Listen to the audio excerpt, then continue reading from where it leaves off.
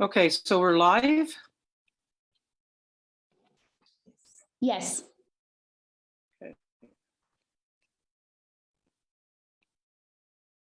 I'm just pulling up the agenda, and of course, because I'm on Zoom and trying to pull up the agenda, it's a little bit slow. Not a problem.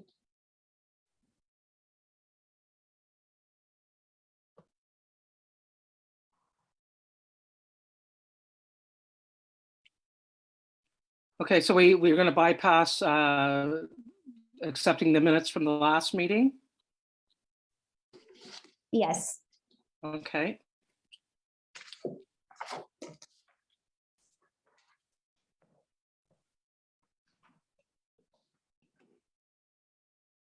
Sure, and these are still trying to load. Jeepers.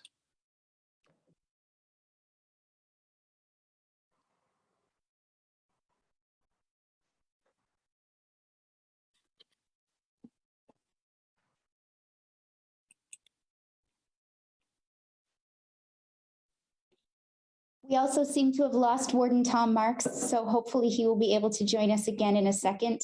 It must be a connection issue.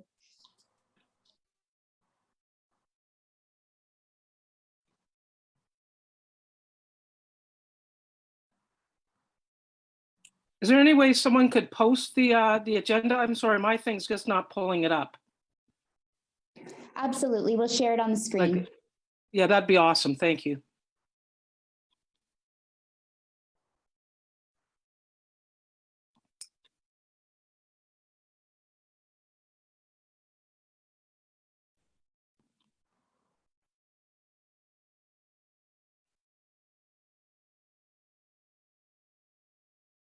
Perfect. Thank you. Okay, so let's go through these things. Or sorry, we're going to wait for Tom. I think we can start going through and he'll join as soon as he's able. Okay, sounds good. So I'll call this meeting to order at, I think it's 2:08. Does anyone have any pecuniary interests to disclose? I know I don't. I'll take that as a no. Thank you. We'll bypass item number 3 for now. Any delegations? I'm guessing not. Okay, and we'll move right into new business. And first on the list is Frontable Road accessible parking update. And that's you, Sarah? Yeah, so I intended to share the PowerPoint. Would it be okay if I do that? And then Michelle, if you want, the title should more or less align with the new business and the order that the new business goes in. Yeah, that's fine. My agenda's finally come up, so Okay. I can follow it on my phone. Perfect. Yeah. Okay. So I will share the PowerPoint now.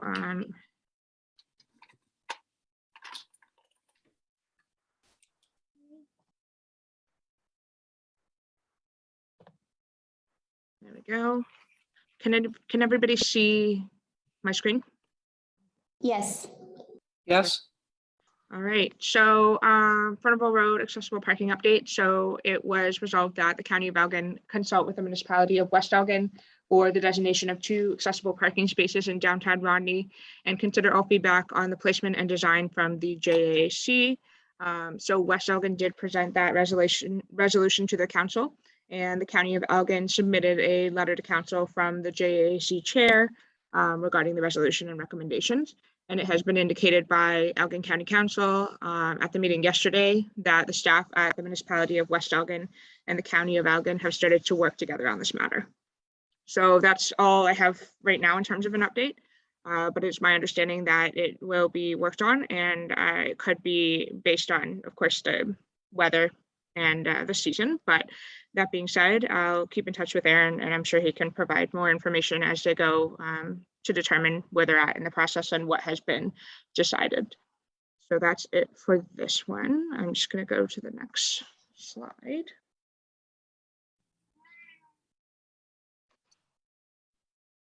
I don't know, Michelle, if you want me to just keep going through it, if that's Yeah, easier. I would say, yeah, for the interest of speed, just go for it, Sarah. All right, sounds good. So unfortunately, we're not able to vote on this at this point in time, but we do want to make everybody aware. So there is reconstruction going on at the Hamlet of Richmond. I think, Erin, if you'd like to take this slide over and just talk a little bit about this and kind of what you're looking for here, that would be great. Sure. Yeah, so we're currently in the process of designing a reconstruction project for next year that'll be handled through our Capital Works program. So the Hamlet of Richmond and the municipality of Bayham was identified in our asset management plan as a location where the storm sewers and road both are nearing the end of their service life, so they need to be reconstructed or replaced and improved. So as part of that, we're replacing the storm sewers, improving the storm sewers. The municipalities reached out and requested that we extend the sidewalk on Richmond to the Hamlet limits.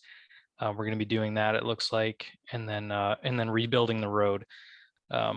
So the Hamlet is almost exclusively residential. There's only two other properties. There's one that's an institutional, that'll be church. And then the other is a park. Both are serviced off of Church Street, which is a side street. It's not part of the reconstruction. So currently both streets, Heritage Line and Richmond Road, they form within the Hamlet limits, they form the project limits. And yeah, it's on there on the screen there. And so right now on both those streets, we don't have any on-street parking or no official marked on-street parking because it is almost exclusively residential. There's private driveways and ample parking on each property. So the county would or wishes to maintain that arrangement if possible.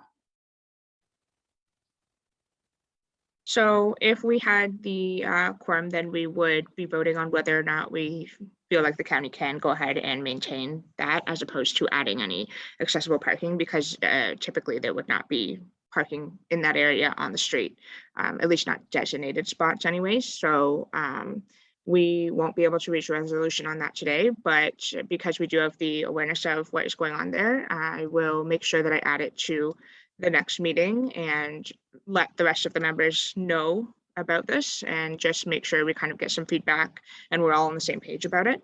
From a ISR perspective, there really isn't a legal obligation to put accessible parking spaces because of the fact that it's all residential and that there is no parking currently on street like that's in designated spots. You don't typically put accessible parking spaces in front of a residential house. So thank you, Erin, of course, for going over this, but unfortunately we can't provide a concrete resolution for today. I will collaborate with you going forward and figure out when we can give a more solid answer on this. So, but yeah, I think that's pretty much it for this, unless you have anything else that you wanted to add. Nope, unless there's any other questions or anything. That's all I had. I have a question. Yeah, I have a question.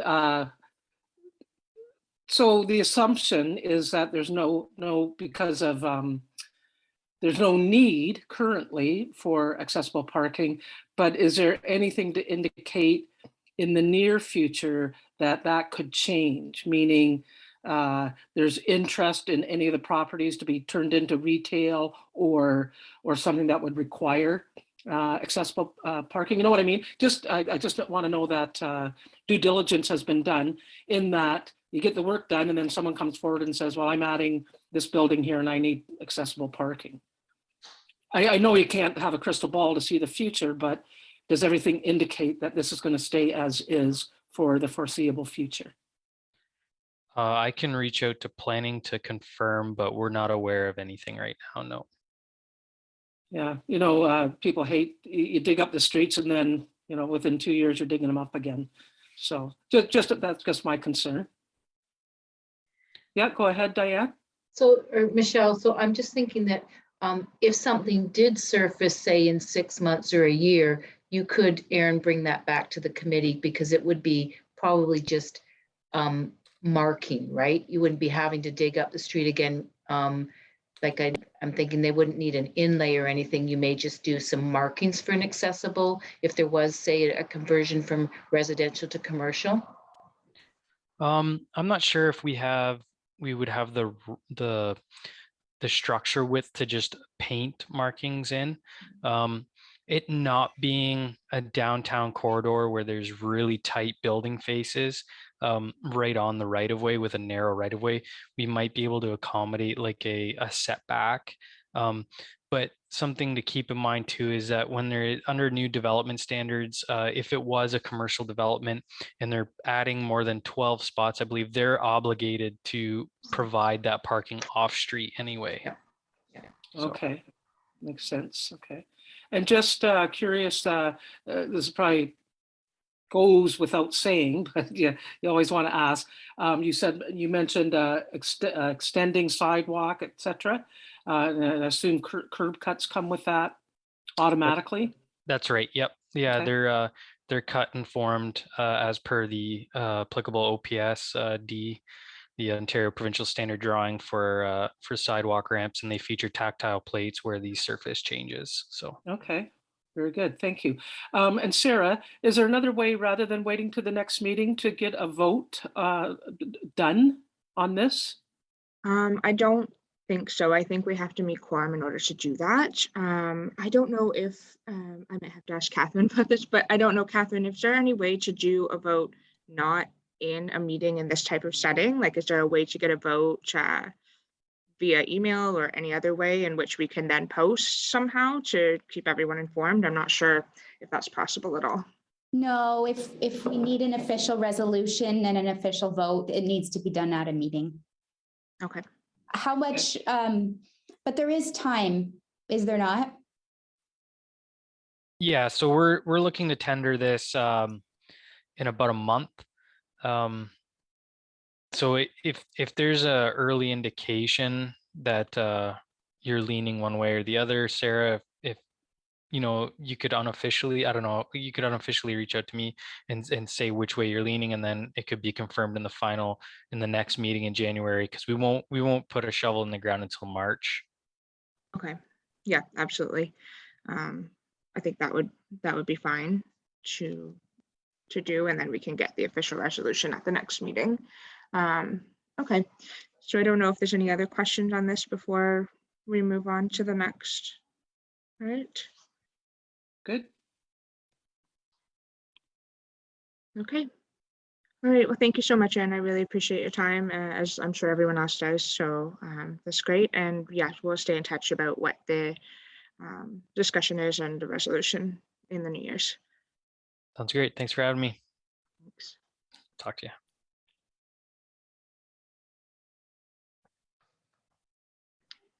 Okay. All right. So the next part of the presentation is regarding the snow removal. So I know that was a topic of discussion at the last meeting that we had. So I just wanted to follow up on some of the things that I found in regards to that concern. So one of the concerns was around the community mailboxes that Canada Post controls. So when I looked into this a little bit, Canada Post on its website does actually have a place where you can report this issue. So specifically, you would go to, there is a link creating a service ticket here. I will send out the PowerPoint after, and we can upload it on the website so other people can access the slides as well, which has the link in it. And basically you're going to click on that page and it will take you to a page that looks like the one that is on the slide. Basically it's creating a service ticket. It has ticket details, the type, which says snow clearance, the community mailbox. So you're going to put your postal code in there, and then you'll continue, and it'll take you through the steps to report the issue. My assumption is that if they see enough tickets come through indicating that a specific mailbox is having problems, then they might take notice of that and be a little bit more proactive in clearing up the snow when there's storms. So that is kind of what I would suggest as the way that we approach the snow removal around Canada Post mailboxes at this point in time. And then I was able to connect with the municipality of Central Elgin on the issue with snow removals around crosswalks, specifically with accessible pedestrian signals. Doug was explaining that he was concerned that there was not enough snow clearance happening where the buttons were on the crosswalks for people to be able to reach them. So we did discuss that a little bit, and it was indicated that staff will be reminded to keep an eye on the crosswalks. The municipality does clear the sidewalks, but it is per the minimum maintenance standards regulation.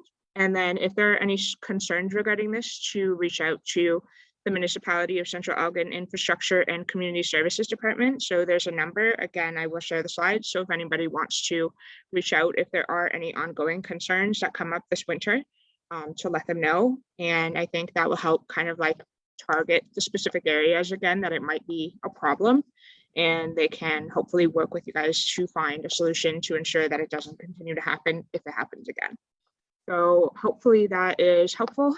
If anyone would like more information or they would like me to reach out and ask any further questions, just let me know. I'm happy to do that. But yeah, hopefully this will provide some information on the best way to go about handling it if it does happen again. I don't know if anyone, yes, go ahead, Michelle. Yeah, I just thought this is good information. And I believe it was, well, Arn was one of the people on the last meeting that was concerned. So of course, he's going to find out through the minutes and whatnot. But for the general public, can we put something up on both the Central Elgin page, the County of Elgin page, and any of the other pages? Once, maybe when the first snow hits, and say, hey, if you have any problems, this is what you do if it's around a Canada Post box, and this is what you do if it's anything else, like who to contact and how to get some help. I think that's a good idea. I definitely can look into that from the County of Elgin side and put together a post that we could make. And I'm assuming, Catherine, you could let me know if we're able to post something like that as like a news article kind of thing. We could possibly even put it on our accessibility page specifically for the winter, or a snow removal page if we have one. And then Central Elgin, Diane, you might be able to. We can certainly do that. If you just want to send that to us, then we would revamp it for our site. Yeah, okay, that sounds good. I can draft something for that. And then I can send that to you. And we can do that at the county level as well. Okay, Perfect. that's a great idea, Michelle. Thank you. Yeah, and all the people on those pages are really good with sharing it with other people, you know, so, you know, communication is you know, one of the things we want to promote. Absolutely. Okay. Okay. I'm just making a note of that.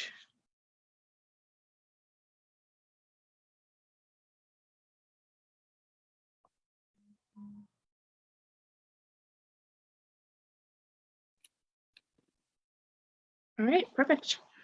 Great. So we will move on to the next slide if there's no other questions. I think we're good for that. Okay, perfect. Okay, so Zoom captioning update. I did want to bring this up. I'm hoping that, like, you know, people beyond this meeting will also see this. And again, we could probably look to make a sort of news report that mentions this as well. So Zoom, which is the platform we're currently using, has now created free auto-generated closed captionings for all users. This includes people with free accounts. You are able to enable it on your Zoom account, regardless of whether or not it's a paid account, which is exciting and very awesome for people, you know, such as myself and anyone else who benefits from closed captioning. I did include in the slides, which it won't really be possible to use at this point in time. So again, when I send it out, if you want to look through it or reach out to me if you need any help enabling it, just let me know. But the next slide does have a little snippet on how you can enable the captions in a sort of step-by-step way. Again, I'm also happy to provide any assistance on this to anyone who reaches out.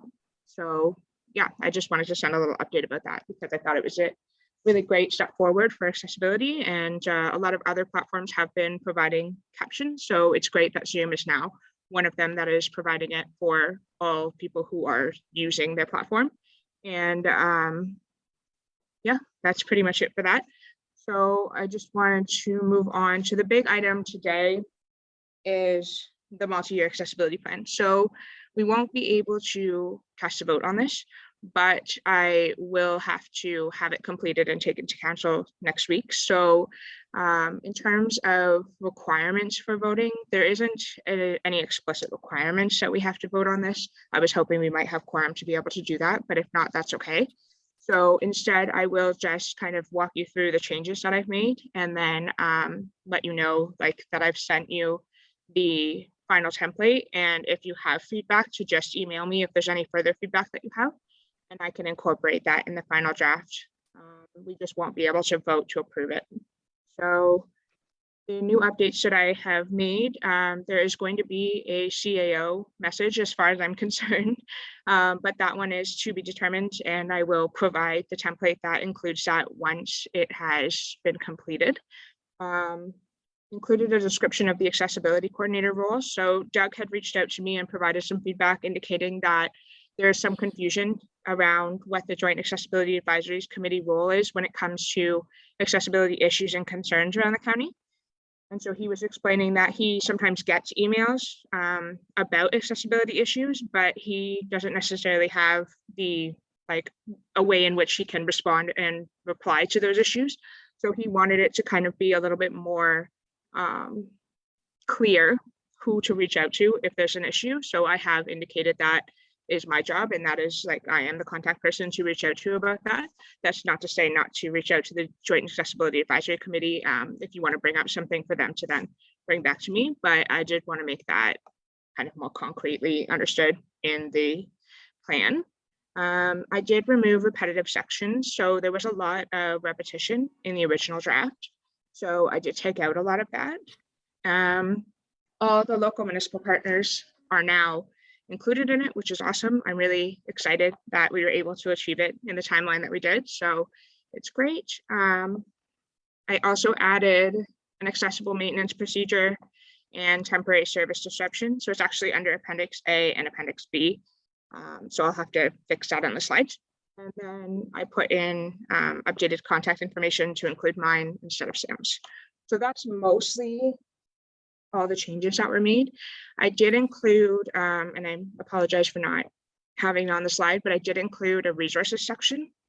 So it basically just has the AOGA, like a link to the AOGA, a link to the IASR, and then a link to the guide for the AOGA. For anyone who's not sure what those abbreviations are, it's the Accessibility for Ontarians with Disabilities Act and the Integrated Accessibility Standards Regulation.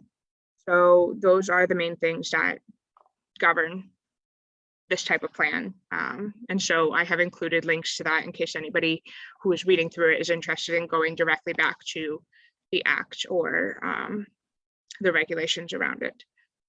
So then if I go to the next one, so this is a timeline for approval. So initially, and I put approval required just to clarify that was a personal preference as opposed to a legislative requirement. That being said, the timeline for completion. So today we initially were hoping to get it approved by the JAAC, but instead I will make sure to send you all the final copy and just ensure that there's no further comments or feedback or changes that you would like me to make before I take it to council. November 17th, I have to submit it to be included in the council agenda. And then on the 23rd, I will present it to council. And then at the end of November, early December, the final copy of it will be provided to the county and all the local municipal partners to be posted on the website for the public to see. So that is the current timeline. And I'm really thrilled that we're able to get to the end of this in the timeline that we set out at the beginning. So it's very exciting. Okay, before I move on to the next step, I did want to just kind of check in if anyone has had time to look it over and if anyone has any suggestions at this point in time and you would like to discuss them. Yeah, Michelle? I just had two relatively small items. The first one has to do with kind of the definition of the JAC and the membership being people with disabilities. Yeah. And as you know, I'm not one.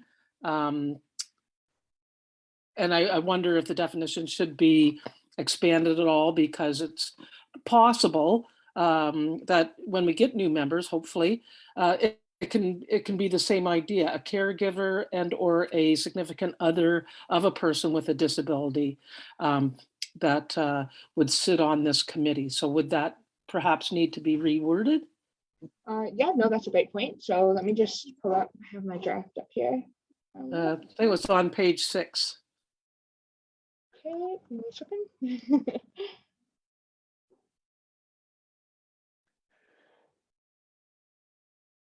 Yes, so, and that specifically talks about the majority, but I will include some wording in there that, so in our actual, what is it called? It's on the website. It has to do with, sorry, just let me see if I can find it really quickly.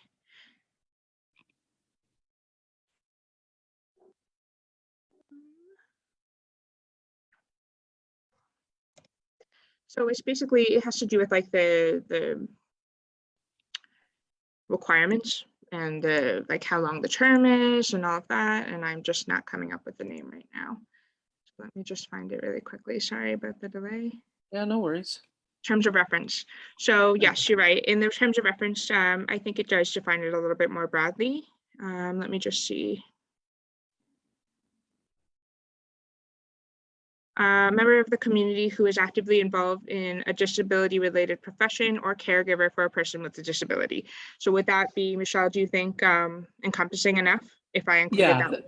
yeah, that okay. that does, Sarah, definitely. Perfect. So I will incorporate that into the MYAP then. So yeah, that's great. I appreciate that. Is there other recommendations or changes that you have? The other one that I noticed, and maybe it's just me not understanding, on page 17 of the goals for the County of Elgin. Yep. Create facility accessibility standard, mentions all long-term care. I can only assume they mean county-owned long-term care. Sorry, can you just refer to which page that is again? Page 17. 17, okay.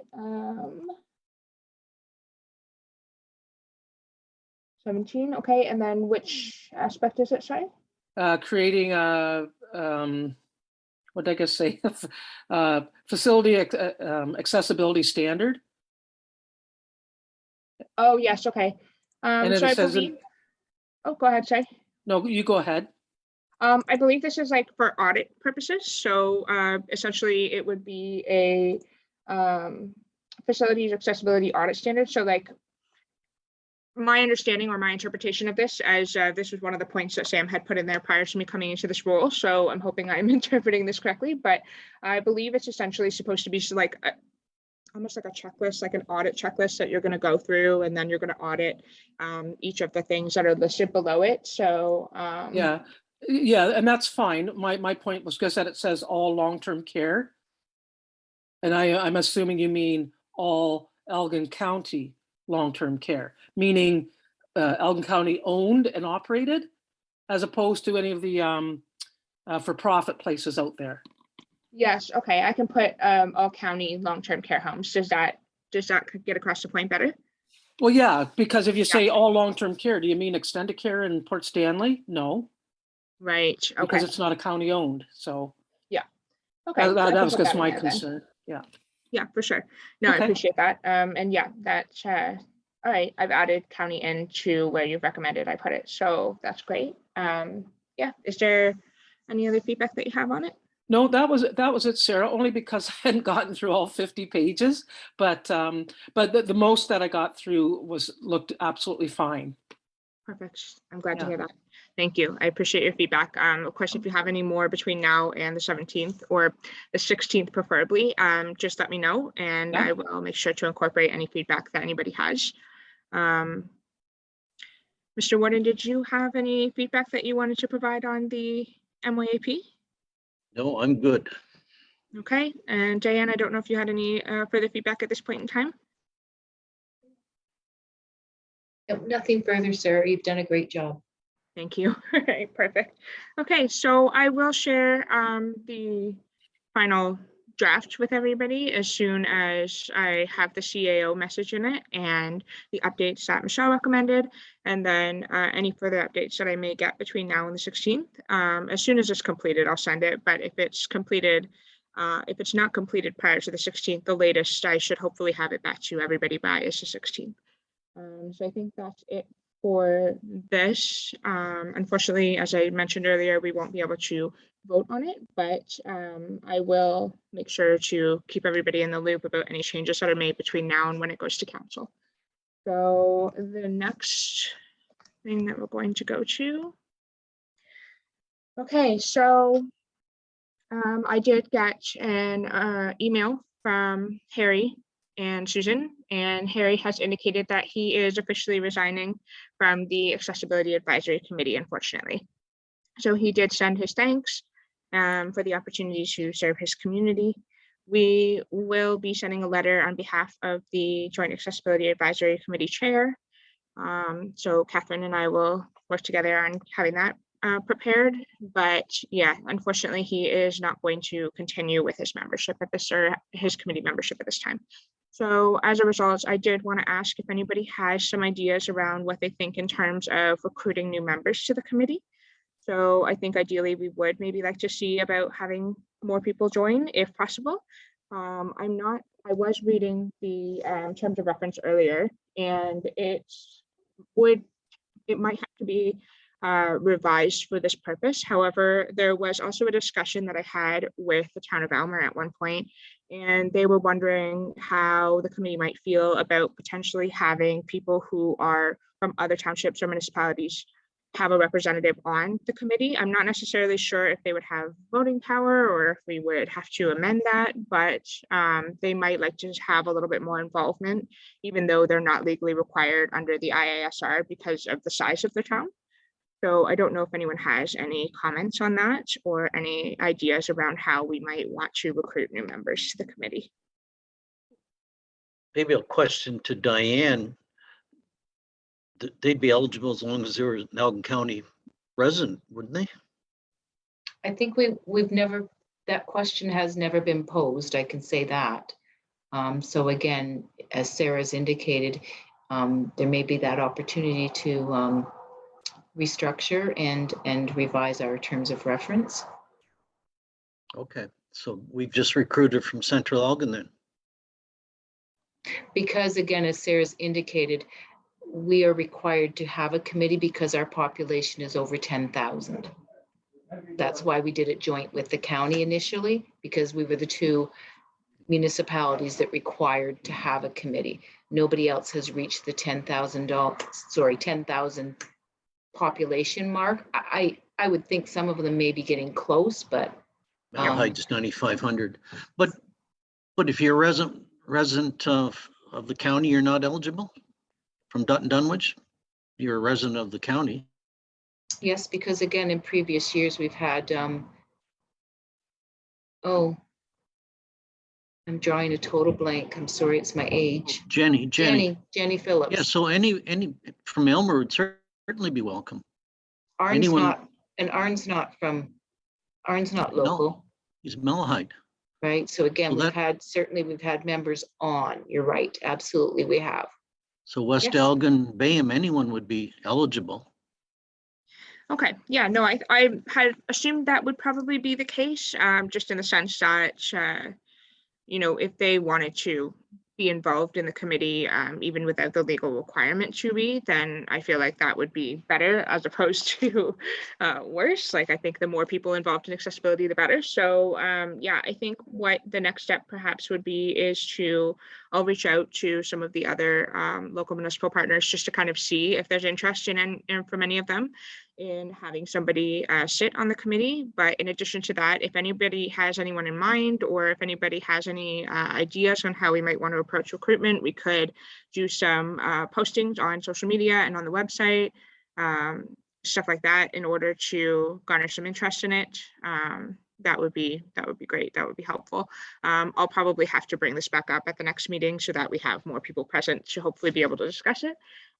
Since I'm not sure that we can really come to a concrete solution today anyways, because we don't have everybody here to kind of give their feedback. But that is sort of where I stand in terms of, the path forward for this particular aspect of the recruitment process. So I will reach out to the local partners and see what they say. And then we can discuss this further at the next meeting if that works for everybody. Yes, and certainly I know in the past we've done, we have a weekly CE Buzz that is published in like the Elmer Express, the St. Thomas Times Journal, and we would have put the advertisement in there to try to recruit. Okay, perfect. Yes, we do that as well at the county when we recruit for committees. So we would likely also, we would advertise in the newspaper and through social media. Okay, perfect. I think Michelle is hopefully going to be able to connect again. So we'll just recap quickly when she is able to get on. Michelle, are you able to hear us again now?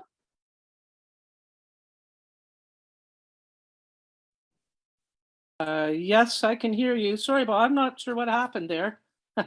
Yeah, the connection isn't always stable, so that's not a problem. We were just discussing the new membership recruitment. I'm not sure if you were here when we started talking about it, but Harry has resigned from the committee.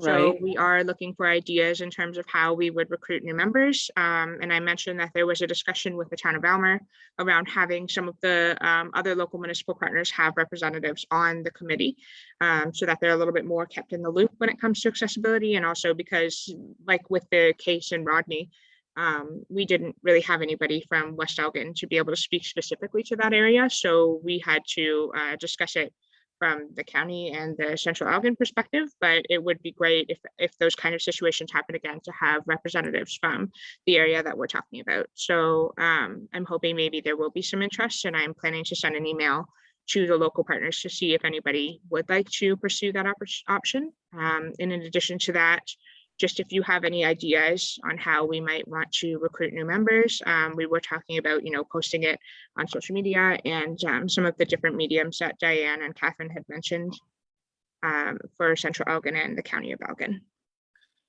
Yeah, I'm quite interested in this particular item because, like I said before, myself, and I think it's great if we can get get new members, and B, whether it's a person with a disability or a caregiver or someone that works in that field would be great. Social media, very good idea, but I think we almost in a way need to get somewhere to the source. I don't think that's quite the right word, but getting the requirement out there to places like any of our senior centers or any of the facilities that work with people with disabilities, whatever those may be, whether or not they're, they for the most part would have to be in the county of Elgin, of course. But if we went there, because I'm not sure that those people necessarily are aware that the committee exists and the fact that we need more people on it or new people. Unfortunately, a lot of people with disability, their access to a lot of social media and things like that can be limited. As soon as I saw the thing saying you can go online and report the snow thing on a Canada Post website, I'm like, yeah, that's all well and good. But of course, there are people out there that don't have that kind of access or capability. So that's kind of my point here, is that if we can identify such places where we feel that there would be people that work in the disability field and or people with disabilities or their caregivers. So where are those people, and can we get this recruitment information out to them? So I think you make a great point. Absolutely. And, it kind of leads back to the whole concept of multiple means of accessing information, right? We have kind of touched on this, I think, very briefly in the past. I was contemplating if it might be good to incorporate, like somehow I'll touch on both things that you mentioned. So in terms of the snow removal and the Canada Post report, if there is a way to have them contact me or call me or somehow let people know that they can do that and have me help them fill out the report in the event that they're not able to do it themselves. So that is one option in terms of making sure that they're able to access it if they don't have access to, the website and aren't able to go through the steps to make the report themselves. So I'm happy to have multiple ways for them to be able to do that, whether it's to call me and have me fill it out or to just like fill it out themselves, whatever they're able to do. And then in terms of advertisements, yeah, absolutely. I think that if we have a post that kind of has the information in it, we might be able to have like paper copies put up in certain places that would hopefully reach the intended target audience, because it is a requirement that you either have a disability or that you are closely associated with someone with a disability, whether a caregiver or I can't remember the other one. We just discussed this, but anyways, nonetheless, yes, you are correct. This is a targeted committee. You do have to have one of those things to meet the criteria to be on it. So I think advertisement has to be intentional and it has to be put in places in which it will reach that intended audience. So that is a great point. And I think that's something that we can definitely collaborate on between County of Elgin and Central Elgin on making sure it gets put up in places. The library might be a good place as well. And long-term care homes potentially, if there's any possibility of posting them in there, or retirement homes, or anywhere where there might be people who would fall under the criteria to become a committee member. So yeah, I do appreciate you bringing that point up. Thank you.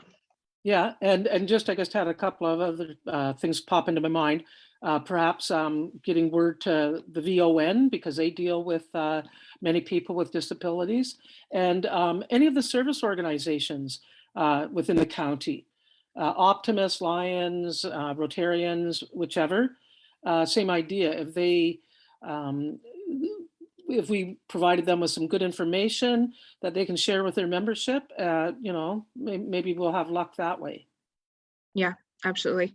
No, that's great. So yeah, I have made a list of some of the ones that you've mentioned. Hopefully I've captured them all, but I can always send you a message to confirm with you. Sure. And if you had anything to add.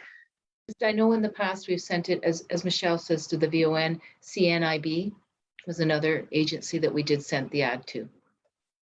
Okay, thanks, Diane. I'd forgotten. Perfect. That's good to know. Okay. That's great. So yeah, we have lots of places we can advertise to try to be a little bit more specific in terms of our target audience for the advertisement. So I have made a list and I'll confirm that with everybody in an email or a text after to just make sure that there's nothing I'm missing, and we can look to start kind of going on the recruitment process. Yeah, I think that's all for this. If there's anything else anyone wants to add. No? Okay, perfect. So this is essentially it for new business. So right now I have a tentative spot for the meeting on January 12th, 2022 at 10 to 12. So I don't know how that works for everybody. Like I said, it's tentative, it can be moved. I can send out an email and a text to anyone depending on their preferred way of communicating to see if that works and if we want to go ahead and book it into our calendar so that we don't have any double booking happening, or if you would prefer that I wait until the new year to set up the meeting, since there is quite a bit of time between now and then. Does anybody have a preference? That day is quite open for me. That's good. Okay, perfect. Michelle, does that day look good for you right now? Yeah, off the top of my head, it's fine. Okay, perfect. And Diane, how's it looking for you? Yeah, so far that is good. Yes. Great. And then Catherine and Jenna, are we okay for that day at this point in time? Right now we are. Okay. All right. So what I'll do then is I'll actually just send the information to Doug and Arn and see if either of them are able to attend that day. And then I can send out the kind of official invite, and we can sort of leave it on that day for now in case anything changes. We can always move it if we need to. So yeah, I think that's everything. At that meeting, I will be bringing it should be the 2021 accessibility status report. Sorry about that.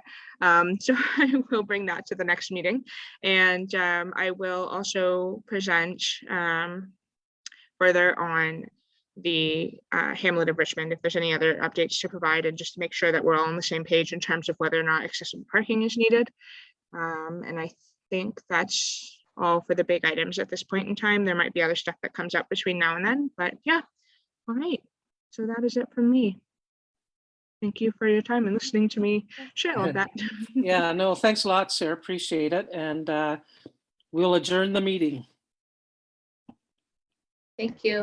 Have a good Thanks. day. Bye-bye. Thank you.